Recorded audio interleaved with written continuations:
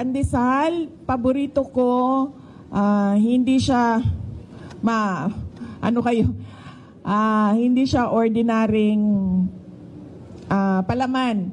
Ang pinaka-paborito ko na palaman is yung cheese whiz, tapos yung daing, bulad sa Bisaya.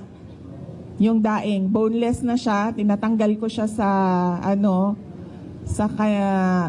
mga buto, tapos nilalagay ko siya doon sa loob. So, yun yung pinaka-paborito ko na palaman.